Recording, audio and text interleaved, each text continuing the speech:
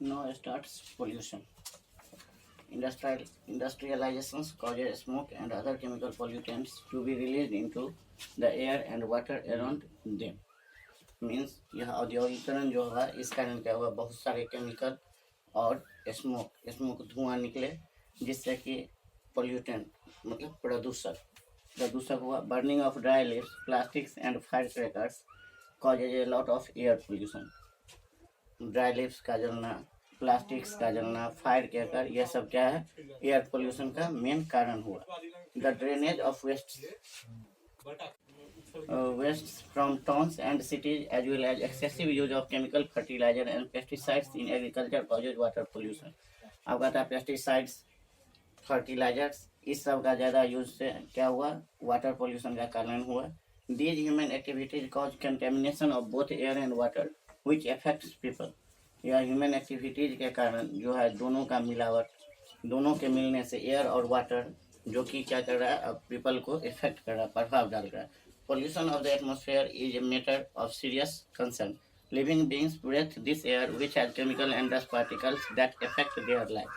कहता है living being जो है, सजीव जितने भी जंतु है, सजीव जंतु जो है वह उस एयर को लेते हैं, तो यह क्या करता है, हमारे लाइफ को इफेक्ट करता है, प्रभाव डालता है, जिससे हम लोग क्या होता है, बीमार पड़ रहे हैं. Similarly the polluted water effect the vegetable and fruits grown in such water. कहता है इसी तरह जैसे एयर पोल्यूशन, हम लोग एयर लेते हैं तो हम लोगों का तबीयत क्या होता है, वैसे ही वाटर पोल्यूशन के थ्रू जो वेजिटेबल है इस सब पे प्रभाव पड़ता है. It also causes shortage of clean drinking water. Resultantly a large number of disease are being cause due to the pollutants entering the human body. कह रहा है कि यह पोल्यूटेंट्स जो हमारे बॉडी में जा रहा है, इस कारण बहुत सारे डिजीज हो रहा है. Now come on the deforestation. Large scale deforestation is happening around the world. There is an increasing demand for paper and wood products. क्योंकि धीरे धीरे बहुत सारे पेपर का यूज हो रहा है और वुड प्रोडक्ट्स का यूज हो रहा है. Large forest area are being clear to bring land under agriculture and industrial activity. मतलब बहुत सारे चीज़ के लिए हम लोग क्या कर रहे हैं, पेड़ को काट रहे हैं, जिस कारण डिफॉरेस्टेशन हो रहा है. और this is being done to meet the demand of food and goods for the growing population. Deforestation effects the ecosystem and regeneration of oxygen on the planet. यदि हम लोग पेड़ को काट रहे हैं जिस कारण डिफॉरेस्टेशन हो रहा है, इस कारण क्या हो रहा है, ऑक्सीजन का कमी हो रहा है. डिफॉरेस्टेशन, जब तक पेड़ नहीं रहेगा तो फिर ऑक्सीजन नहीं हो पाएगा, जो जिससे कि यह भी डिफॉरेस्टेशन भी ह्यूमन लाइफ को पूरे इफेक्ट कर रहा है. And living in and around forest who depend on the forest produce their life needs. Now global warming. Since the beginning of the industrial revolution के टाइम से ही human activities have rapidly changed the balance of gases in the atmosphere. Burning of fossil fuel like coal and petroleum releases water vapor, carbon dioxide, methane, ozone and nitrous oxide into atmosphere. Carbon dioxide is the most common green house gas. Carbon dioxide, ozone, ये सभी gas का emit हो रहा है. और carbon dioxide जो है वह मोस्ट कॉमन है, कौन सा, ग्रीन हाउस इफेक्ट के लिए. At the beginning of the industrial revolution it presence in the atmosphere इनोटेड about 280 parts पर मिलियन. नाउ इट इज अगर carbon dioxide absorb infrared radiation. कहता है कार्बन डाइऑक्साइड गैस जो है वह क्या करता है, इंफ्रारेड रेडिएशन को एब्जॉर्ब करता है, which has caused average global temperature to increase.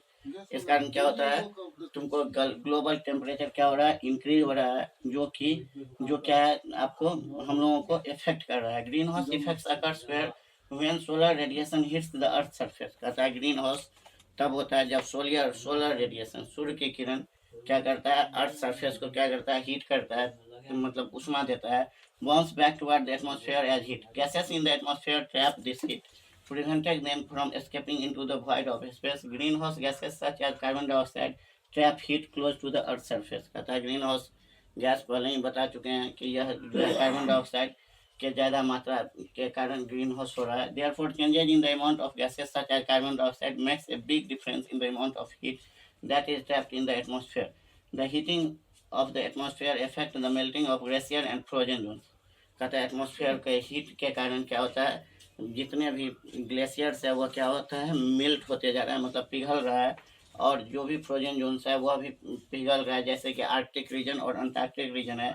The higher melting of ice can submerge many island and so lines. It also brings about imbalance in rain and wind patterns, storm and cyclones, and ecology as a whole. It is important to realize that in the ecosystem, all elements of nature have some mutual dependency and interaction. कल है कर रहा है pollution, deforestation, global warming, ये सभी क्या कर रहा है, ह्यूमन लाइफ को इफेक्ट करते जा रहा है। लेकिन हम लोगों के लिए यह महत्वपूर्ण है, हम लोगों के लिए यह भी समझना जरूरी है कि इकोसिस्टम बनाने के लिए सभी चीज़ का होना जरूरी है, सभी चीज़ का बैलेंस में होना जरूरी है। Therefore, if human over exploit the natural resource, it would affect our other organisms. यदि हम लोग ह्यूमन यदि एक्सप्लॉइट करेगा किसी दूसरे चीज़ को, तो वह उसे बहुत इफेक्ट पड़ता है। For example, if forests are cut down to make building the environment will loss the major producers of oxygen. Example के लिए, यदि ह्यूमन पेड़ को काट रहे हैं तो उससे क्या हो रहा है कि ऑक्सीजन कम हो रहा है।